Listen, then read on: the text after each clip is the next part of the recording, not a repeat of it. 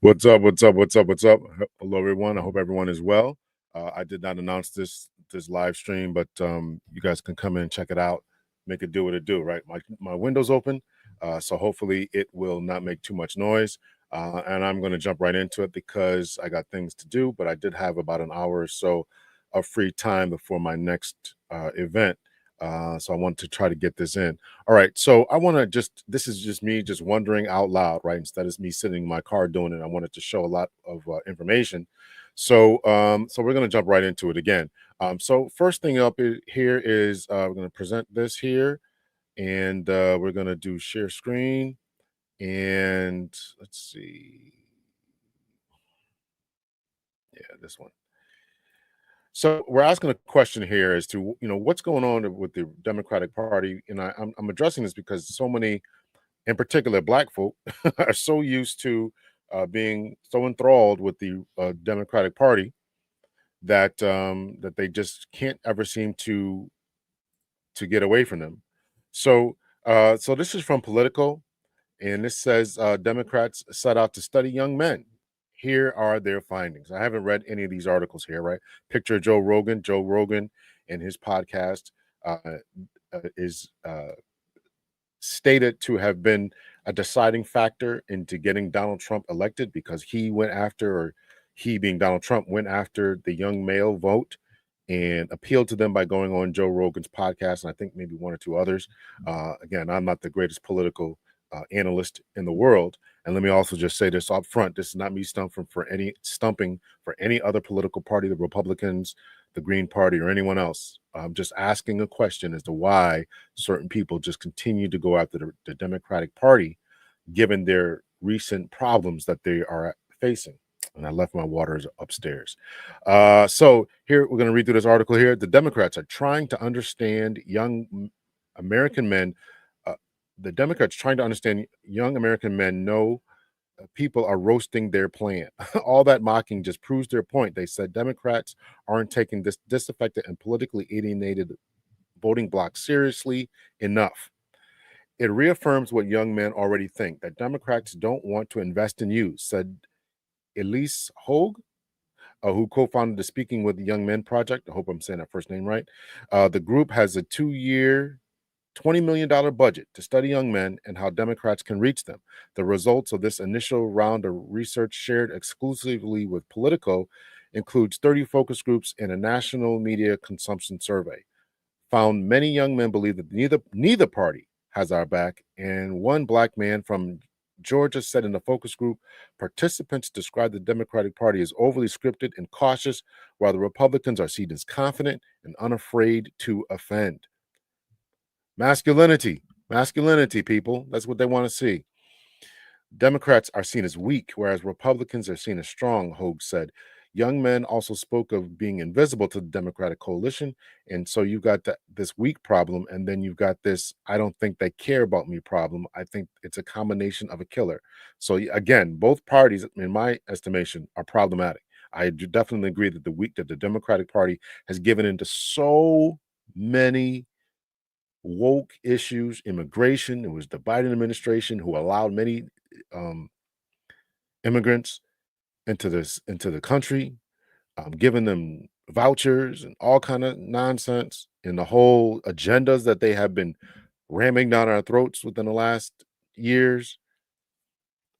The Sand Project, which turned into a punchline for liberals and conservatives alike, is pitching itself to donors and officials as a hub for research, paid advertising, and influencer outreach that focused on young men, a once critical part of the Democratic coalition that they lost to President Donald Trump in 2024. They lost in 2024, and this one critical component of the Democratic coalition, I guess they're talking about young men, is because they had jobs. The Democratic Party used to be the party of unions, jobs. They've lost their way. They're just as war hawkish and just as what's the word I want to use? They were just as war hawkish and just as given to legal bribery, in my estimation, as the Republicans. Right? They can be bought. It's really a shame. The group was founded by Hogue, the former president of NARAL, John Della Volpe, a pollster who specializes in Gen Z voters, and former Texas Republican Colin Allred, who unsuccessfully ran for Senate last year. The focus groups found that young men feel that they are in crisis. No, duh, they're in crisis, stressed and ashamed and confused over what it means to be a man in 2025. Sounds like a lot of stuff we've been talking about here.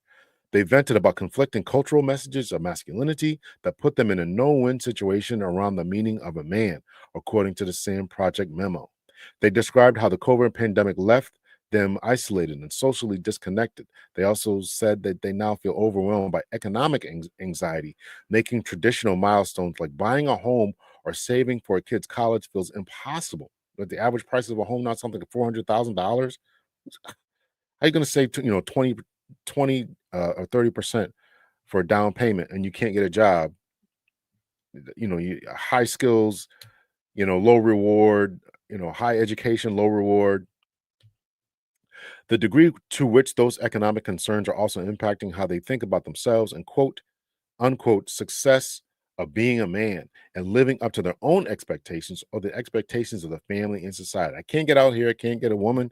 I can't get a job. I can't graduate from college. The debt is too high. And therefore I can't buy a home, which would attract a woman. I have none of this stuff. What does it mean to be a man? Della Volpe said there's another layer of economic anxiety that I don't think I fully saw until now. Well, this is the problem.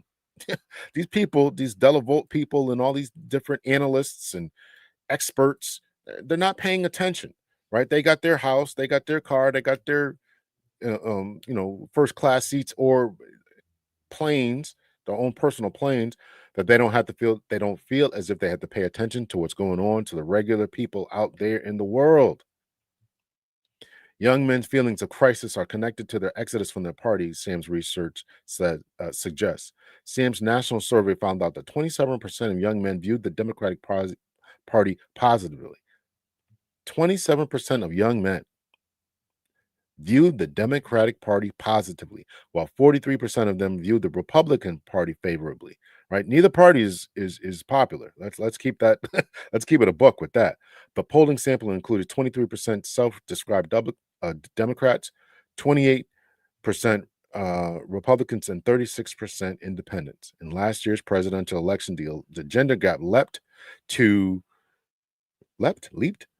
13 percentage points nationally, up from 9 percentage points in 2020.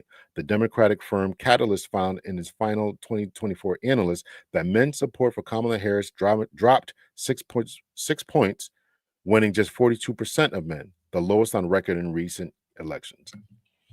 I don't know if it's, people want to say it's because she's a woman. I just don't think she was competent, quite honestly, but that's my opinion.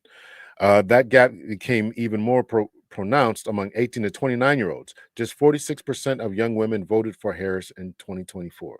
46% of young men voted for Harris in 2024. The losses tracked across every racial group. The most pronounced hemorrhaging came among Latinos and Black men. Those challenges for Democrats echoed through the focus groups in Asian American professionals described Democrats as embracing the fluid masculinity of being like empathetic and sensitive, while Republicans are more like traditional masculinities of a provider, strong, and the machismo type. Another Latino from Las Vegas said that during the 2024 campaign, Harris focused on, I got Beyonce on the stage with me. That was a huge mistake, her and Glorilla. I got Lady Gaga on the stage, and it's just kind of felt like, what does that have to do with me? I'm trying to move up in life. Trump's over here like, if we're able to get a surplus in our budget, then we're going to have no tax on tips, no tax on overtime. I think that both of those are just nonsensical in and of themselves myself, no tax on overtime. So I can work all the overtime I want. I can work all the overtime I want and won't be taxed. That just you do realize that just benefits the employer because now he's getting labor. What does he care whether you're paying taxes out of it now? Now he doesn't have to hire anybody else. He doesn't have to give anybody else benefits. It was always confusing to me. It's going to take a while to get to that point, but at least he's saying the things that, this is what I'm going to do. The Latino man added. The second Latino man from Las Vegas spoke admirably of Trump and Andrew Tate, a controversial influencer who has been accused of grape and sex trafficking, and also loved and hated, but they're truthful, honest to what they believe in. In other words, they got the stones to say it, to put it on the table. Della Volpe, who warned Democrats ahead of the 2024 election about their weakness with young men, said this is not a lost cohort, a lost generation, but Democrats are losing it right now. Hogue said part of his Sam's mission, supercharging the social listening and progressive influencers, are on Discord's Twitch and other platforms in a fundraising proposal. They're urging Democrats to use non-traditional digital advertising, especially on YouTube, in-game digital ads, and sporting sports and gaming podcasts. Yeah, okay. Try interrupting somebody's games with some digital ads. Uh, Democrats can't win these folks over if they're not speaking the language that young men are speaking. Hogue said most people I talk to, Democrat operatives, have never heard of the red pill fitness, which is just huge online. There's still frustration around Sam Pitch that it isn't just about mocking it. The Democratic Party is missing that we're going to be able to message our way out of the deep problems men are facing, starting with the fact that they know that the Democratic Party doesn't really like or respect them. That's true. That's true. I don't think they like or respect them either, said Ross Morales Raqueto, a Democratic strategist who also focuses on researching men but isn't involved in the project. It's really easy for Republicans to play off the politics of grievance. So that comes from Political. Just a bunch of nonsense that these people got going on here, trying to figure things out. So they just don't get it. Caught alive. Glad to see a non-dating esque every. Yeah, we got to get it in, right? We got to talk about this, right? Talk about the problems that men are dealing with. Hello to you, Garrett. I appreciate it. Democrats, Republicans, blue, red, both sides of the same coin. They're close enough now that they scratch each other's backs. Absolutely, man. Absolutely. So let's take a look at what else the Democratic Party's got going on here. Um, the problems that they have. Let's go to present screen, share screen, go to Trump, more current Democrats. Where am I at here? Um,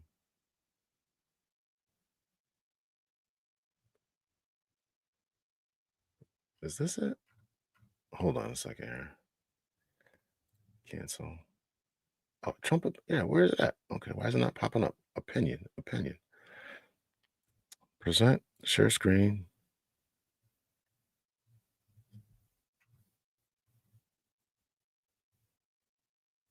There it is. All right. The Democrats' problems are bigger than you think. This is from the New York Times. I don't think I can. Yeah, this is free. I can read it all. I can't. Sometimes I can't read everything that's free. This is from June, just a couple of days ago, 5 days ago. The Democrats' problems are bigger than you think. Let's see what this guy's got to say. This is David Brooks, opinion columnist. I have a. It's. I have a lot of Democratic friends who are extremely disappointed with their party leaders. They tell me that the Democratic Party is currently rudderless, weak. Let me make sure everybody can read this here. Can you guys read this? Yeah, okay. Weak, passive, lacking a compelling message. Well, the message is simple. Give us more money so we can go to war. That's right. We're not going to be concerned about what you're thinking about or how you're living or rent increases or job loss or the price of food. We're not going to be concerned about that kind of stuff, cost of healthcare and all that. Why would we care about any of that? Why would we care about getting jobs back here? Why would we care? Why would we, and I'm talking about we as the Republicans, Democrats, and anybody else, care about infrastructure and all this other stuff that Americans really want? The cost of college education. Why would you be concerned about that? I try to be polite, but I don't. But I want to tell them the problem is not the party leaders. The problem is you. You don't understand how big a shift we're in the middle of. You think the Democrats can solve their problems with a new message and a new leader, but the Democratic challenge is that they have to adopt a new historical era. that that's not something done by working politicians who are focused on fundraising and the next election. That's only accomplished by visionaries and people willing to shift their entire worldview. That's up to you, my friends, not Chuck Schumer. They have been only a There have been only a few world shifting political movements over the past century and a half: the totalitarian movement, which led to the communist revolutions in places like Russia and China, and fascist coups in places like Germany; the welfare state movement, which led in the US. Yeah, that's really been great for us, right? To the New Deal, to the liberation movement, which led from the 1960s to anti colonialism, to the civil rights movement, feminism, and the LGBTQ movement, the liberalism movement, which led to Ronald Reagan, Margaret Thatcher, and in their own context, Deng Xiaoping and Mikhail Gorbachev, and finally, globalist populist movement, which led to Donald Trump, Viktor Orban, Brexit, and in their own context, Narendra Modi, Vladimir Putin, and Xi Jinping. The globalist populist movement took off sometime in the early 2010s. It was driven by a comprehensive sense of social distrust, a firm conviction that the social systems of society were rigged, corrupted, and malevolent. Yeah, absolutely. In 2024, I wrote about an Ipsos poll that summarized the populist zeitgeist. Roughly 59% of Americans said the country was in decline. 60% agreed the system is broken. It's not broken. It's doing exactly what it's meant to do. 69% agreed that the political and economic elite don't care about the hardworking people. 63% said experts in this country don't understand the lives of people like me. The American results were essentially in line with the results from the 27 other countries around the world that were polled. 27 other countries. It's got to all be first world countries. All agree with this, right? It's a problem. This is a problem. The Americans have the Republicans adjusted to shift into the zeitgeist more effectively than the Democrats. Trump tells a clear story. The elites are screwing America. He took a free trade party and made it the protectionist party, an internationalist party and made it an isolationist party. Recently, George F. Will compiled a list of all the ways Trump is departing from the conservative. I'm going to read this. A list of all the ways Trump is parting from conservative orthodoxy and behaving and thinking in ways contrary to the ways Republicans behaved in the age of conservative market liberalism. Will's list of Trump pivots is worth quoting in full. Like, combating the citizenry's false consciousness by permeating society, including cultural institutions, with government, which is politics. Confidence in the government's ability to anticipate and control the consequences of broad level interventions in modern society's complexities. Using industrial policy to pick economic winners and losers because of the future is transparent, so government can know which enterprise should prosper. Central planning of the evolution of the nation's regions and the economy sectors, especially manufacturing, melding government and party building by constructing coalitions of government dependent factions, as FDR's New Deal with the Elderly Social Security 1935, Labor 1935, National Labor Relations Act favoring unions, and Farmers 1933 Agricultural Adjustment Act. Did black folks get a part of that agricultural stuff? No, I don't think they did.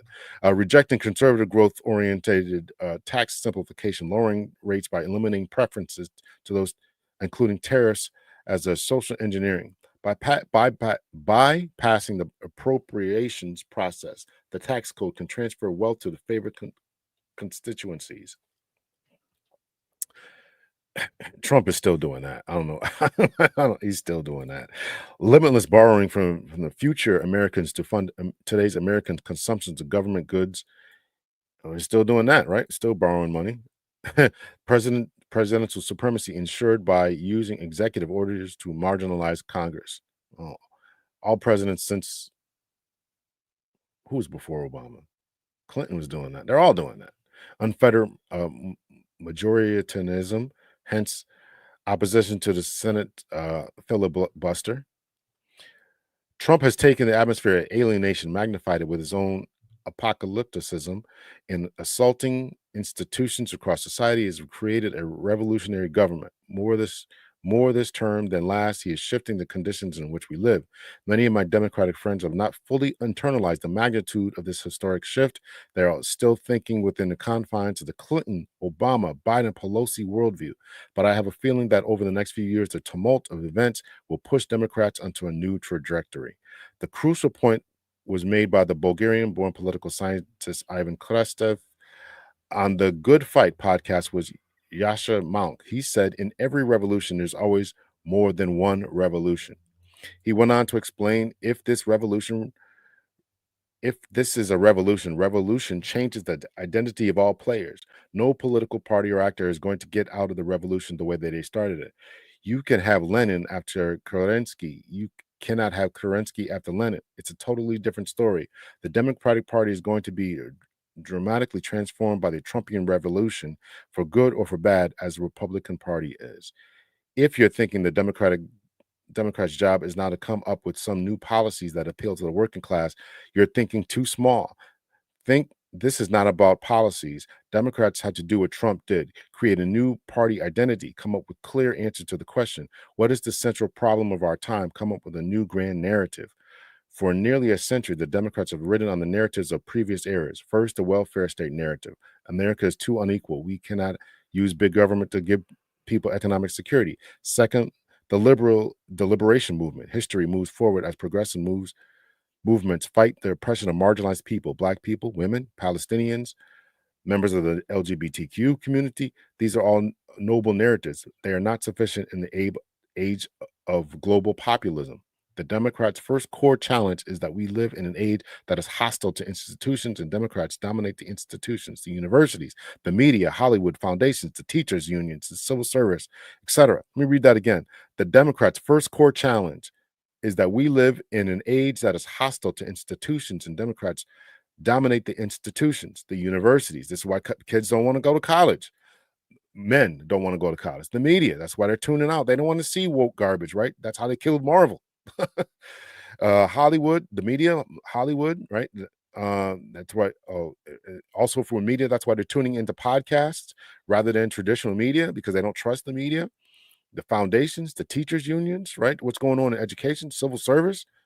The second is that we live in an age in which a caste divide has opened up between the educated elite and everybody else. And Democrats are the party of the highly educated. Democrats recently had an argument about whether they should use the word oligarchy to attack Republicans. They are so locked in an old narrative that they are apparently uh, unaware that to many they are the oligarchy. Yes, they are. If I could offer Democrats a couple of notions as they begin their process of renewal, the first would be this: cultural elitism is more oppressive than economic elitism. The welfare state era gave Democrats the impression that everything can be solved with money funneled through some federal program. The populist era is driven by social resentment more than social is but the populist era is driven by social resentment more than economic scarcity. How much more of this? All right. So anyway, I think we got enough of that. So this is what's going on here. This guy's trying to address that this is a bigger problem than we can see. This comes from again from the New York Post, David Brooks. The Democrats' problems are bigger than you think. And I'm asking, why are you still voting for the Democrats? Why are you still voting for the Democrats? Let's see. I don't want to read this one. Yeah, I think I'm gonna let's see if this works here.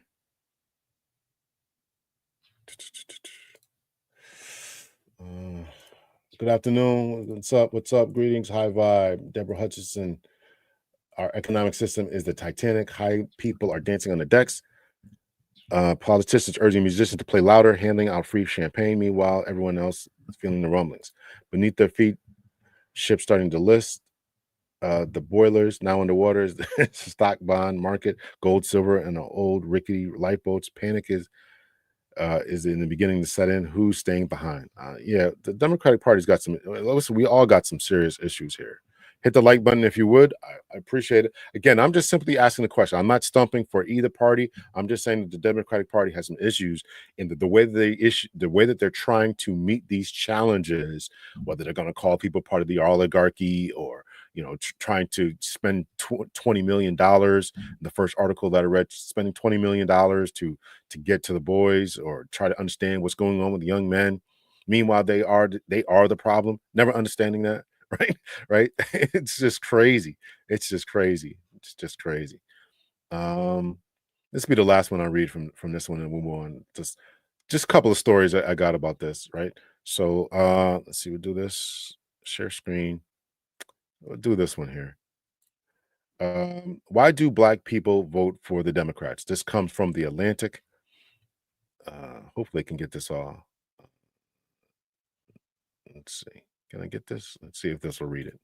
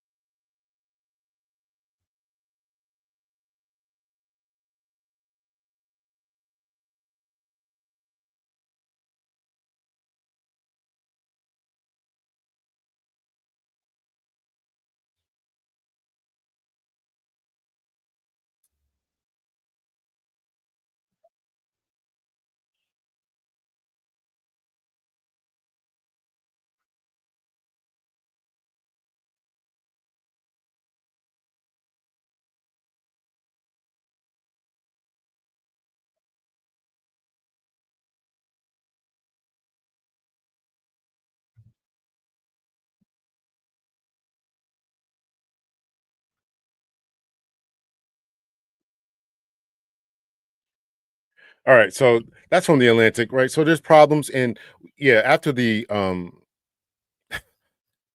whole medical Medicare thing, that just shows that America is not ready to give out. They don't want black folks to get stuff. They don't want black folks to get stuff. Oh, didn't get any sound. I apologize for that.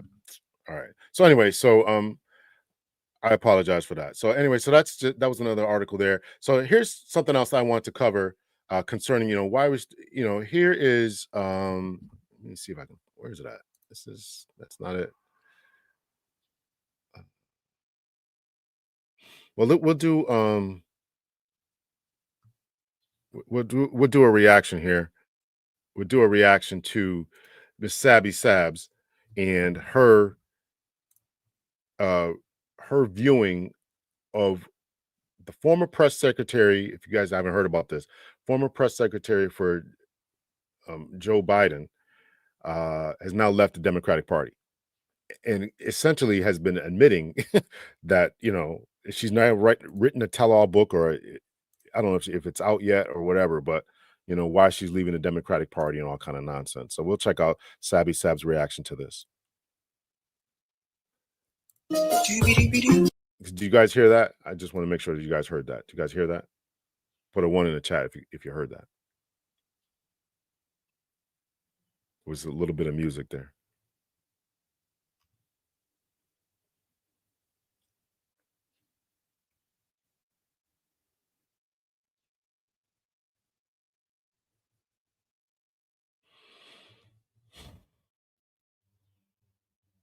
Put a one in the chat if you heard, if you can hear this.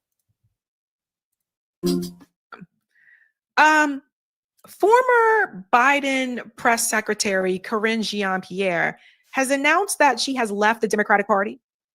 And she's also announcing that she has too written a book. So she joined the likes of Jake Tapper to let everybody know what was really going on behind the scenes. Is this the latest grift? Everybody has a book. Everybody had a book now, folks. Everybody has one. Let's get into it and see what some of her colleagues have said about Karine Jean-Pierre.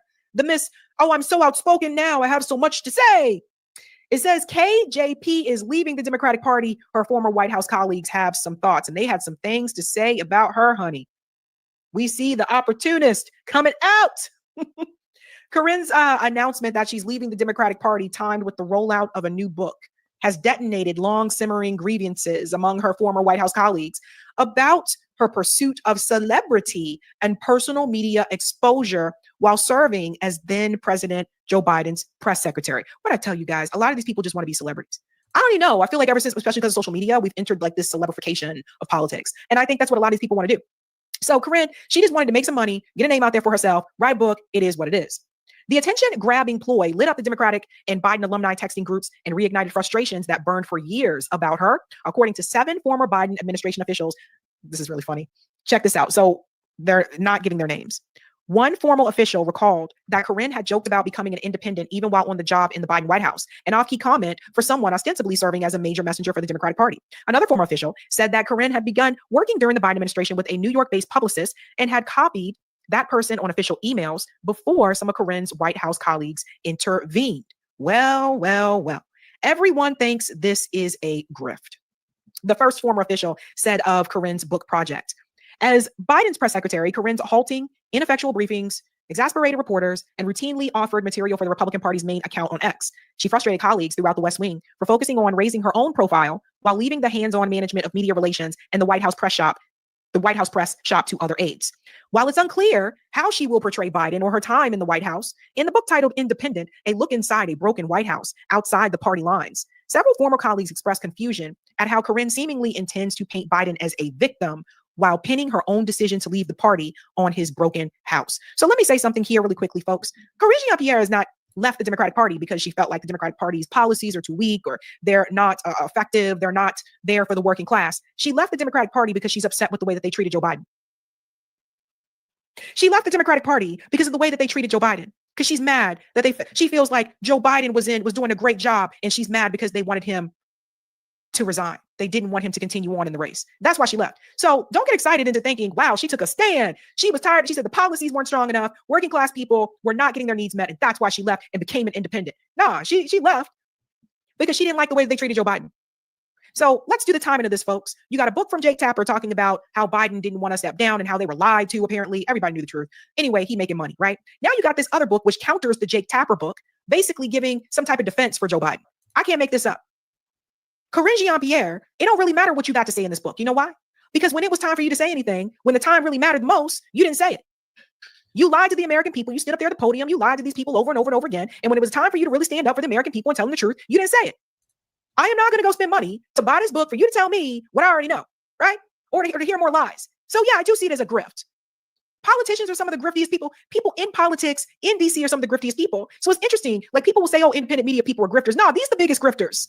These are the biggest grifters who lie to you for 4 years and then wait to put it in a book so they can sell it and make some more money.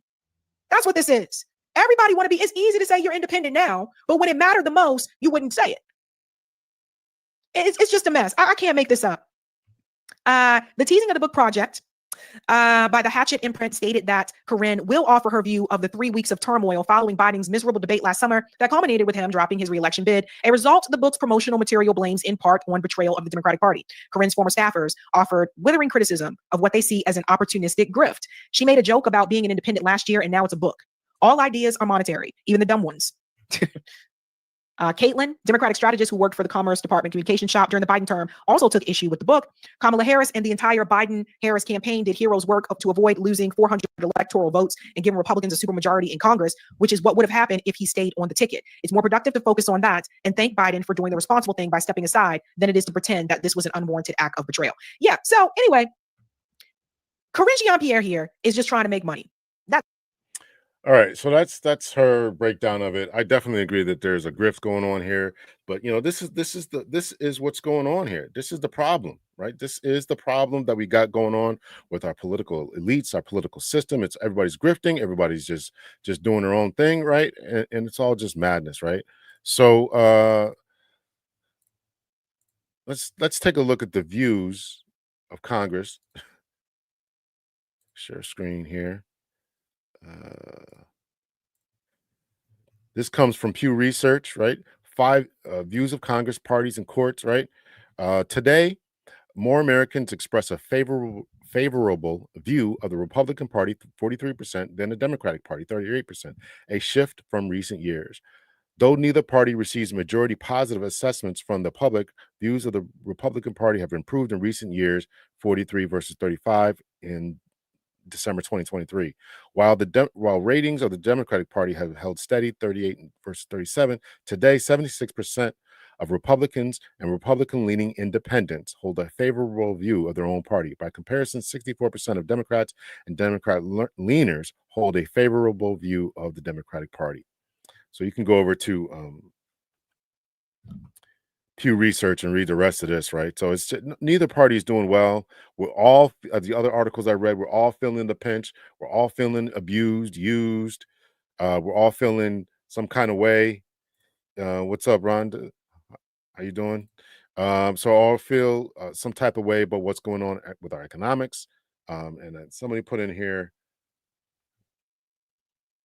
something about China or something. Was that you, Garrett? Something about China and all that. So, we got all this different stuff going on. We can't stop with our warmongering here. Just everyone thinks Russia and China are big problems. Japan is our number one debt holder, and they're in imminent danger currently. So, listen, this is, we got bigger fish to fry. We got other things to be doing, and our leaders just keep selling us out. You know, they just keep selling us out here. So, and what's the result of being sold down the river here? What's the result of being sold down the river and economic policies that are causing people to come into the country that we don't think should be here and all that type of stuff? Well, we got the deployment of Marines now helping out with this situation that's going on in in LA. Marines that deployed. You guys can see this, right? Yeah. The Marines that deployed to Los Angeles have not yet responded to immigration protests, right? The Marines that deployed to LA on orders from President Donald Trump have not yet been called to respond to the city's immigration protests and are only there to protect federal officials and property, the Marine Corps commandant said Tuesday. This is big, right? Because you sent Marines to American shores and American cities, which I'm pretty sure is not legal. I'm no constitutional scholar, but pretty sure you can't do that. But that's why they got to make the distinction that they're there to protect the federal property and federal officials. The 700 Marines and another 2,000 National Guard troops were sent to LA on Monday, escalating a military presence that local officials and Governor Gavin Newsom do not want, and that the police chief said makes it harder to handle protests safely.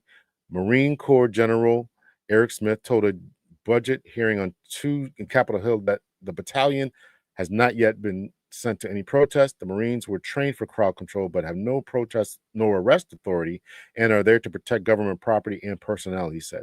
Trump doubled the number of Guard troops that being deployed soon after the first wave of 2000 began, arriving Sunday, following days of protests driven by anger over the president stepped up enforcement of immigration laws that critics say are breaking apart migrant families. The demonstration continued Monday, but were far less raucous, with thousands of people peacefully attending a rally at City Hall and hundreds more protesting outside federal complex that includes a detention center where some immigrants are being held following workplace raids across the city.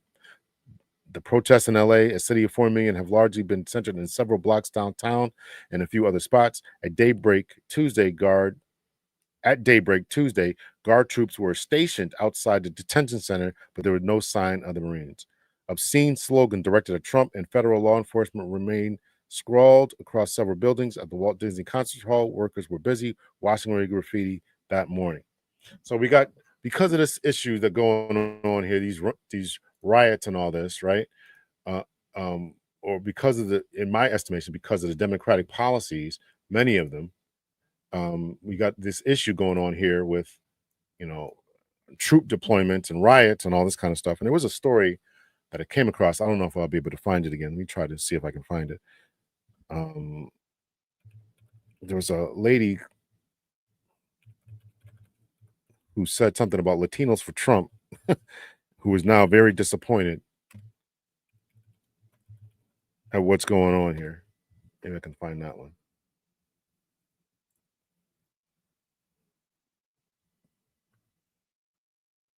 No, can't find it. Anyway, so I'm just asking. I'm just were troops. Where were the troops? And you're right about that. Where were the troops on January 6th? They defaced the Kobe Bryant mural. Lots of angry people over that. I didn't know that. I did not know that. LA Mexicans love Kobe and the Lakers. Yeah, I didn't know that. So that surveying in favoring the Republican Party was 2020. No, I think it was from I closed the tab. I think it was from it's a good question there. Where was it from?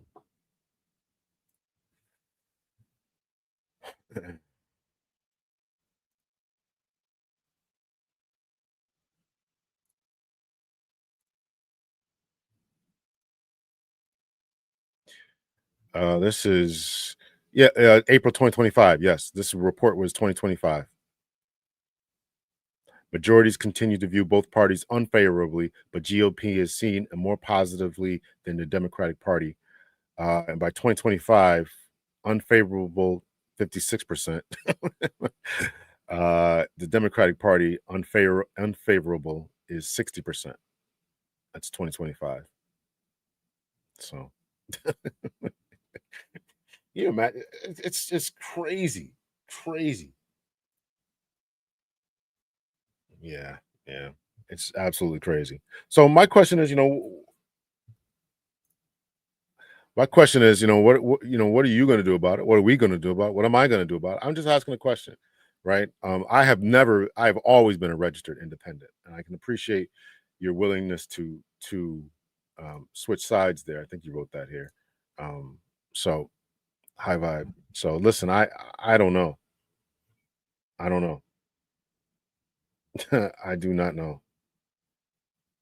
I do not know. So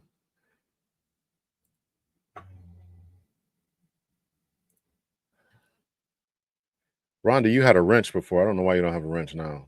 So let me go to your thing here and give you a wrench. So I'm just asking a question, right? And so I'm not saying any of these things are going to be easy. As I think, as long as we're locked into a two-party system, we're going to have issues. I think as long as we are, um, yeah, locked into a two-party system, we're going to have issues. So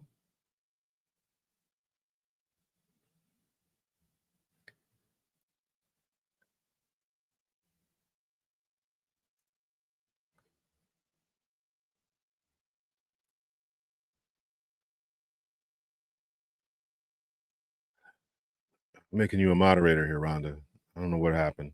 And I was on somebody else's channel, and I looked up one day, and I wasn't a moderator either. So I know that was frustrating. Like, yo, did I do something wrong? Let's see.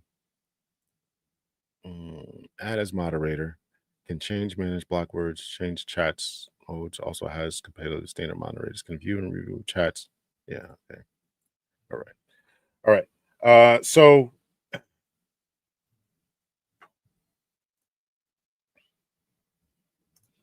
yeah, people are upset. I'm really considering voting down ballot from here on out if we have another presidential election. Yeah, yeah. I don't know. It happened to me, but you should be. You're good now. You should be. Well, I made it. I don't know. Remove standard moderator. What kind of moderator is everybody else? What is this? Managing moderator. Okay. What is this? Hold on. Move a standard. Uh, add as moderator, managing moderator, save. Okay. All right, should be good now. It's now managing moderator. All right, so I just want to drop that for a few minutes. I just want to talk about it. This whole Republican, Democratic. Why are black folks so tied to it? I know I didn't really cover that in the greatest extent. I did read run an article, but we got to stop being loyal to these people who are not loyal to us, no matter what has been done in the past. We got to kind of forge our own way. And as the articles that I read said, we're in the middle of something that's really big. People are sick and tired, and these Gen Z kids are absolutely correct. The average age that where people can buy homes is now something like 48. Right? I bought my first house when I was 24, and then I've been able to always buy one. But now with the price of everything, price of food, people got to work 60 hours a week plus a gig job, all this type of stuff, right? You're working Monday through Friday, then Saturday and Sundays you got to drive Uber and drive DoorDash. Nobody wants to, that's not the American dream that people signed up for. The price of education is astronomical. Uh, so yeah. So I just want to drop this. Yes, and as Garrett said, it is a refreshing to talk about something other than that. But I do want to get into more of this as I free up more of my time. I'd like to cover more political stuff, world events, and other things besides besides relationship stuff. So soup purchases are skyrocketing. Oh yeah, people are stocking up. People are stocking up. So people are prepping and all that. So anytime I go to the store, right, I buy a little, a can of soup, can of beans, just put it away. I probably shouldn't have told you that. Now they're gonna try to kick my door in. So you really got to consider what's going on. So yeah, it was 20 people at 23. Now you can't get people aren't buying their first homes until they're in their 40s. That's unfair to people. That's unfair. And as the articles that I read, and other experts have agreed that this has been an issue that's been growing and rumbling for a long time. And a lot of these revolutions started not because of um in some sense it was tyrannical uh, abuse, but a lot of it had to do with people weren't eating. People weren't eating. People weren't eating. So well, that's the way to do it. So yeah, stock up. Stock up. What is the US going to do if all other nations aren't buying our bonds? How we get revenue as a nation? I am not an expert in that, and I'm confused as to why some nations were still doing it in the first place. I mean, if this country continues to do things that other countries don't like, 800 military bases all over the world and all this kind of stuff, you know, nobody wants that, right? Nobody agrees with our handling of the Gaza situation. Nobody agrees with our handling of the Ukraine situation, the Middle East. It's crazy. It's crazy. Crazy. Yeah. All right. So I just want to drop this. Thank you guys so much for checking in. I do appreciate it. Hit the like button. I put up a show for tomorrow. Uh, I got this JD coming by tomorrow. We're going to talk about, he wrote an article in Psychology Today. So if you type his name in, go to Psychology Today. He talks about whether marriage is good for women. There was one article he wrote, and other articles he wrote is about bullying. So we're gonna have a good conversation about bullying, whether in relationships or just bullying naturally or in the world. And then we're gonna talk about, it's loud outside. Then we're also gonna talk about whether marriage is good for men and women and all that, or excuse me, for women. And I got Mary Winters. We're gonna talk on Monday. She did the Black Fatigue book. I had to cancel that show, so she rescheduled for Monday. Thee and I may do a show Friday. Excuse me, no, Thursday, and we may do a show. We don't know. And let's see what else is coming up.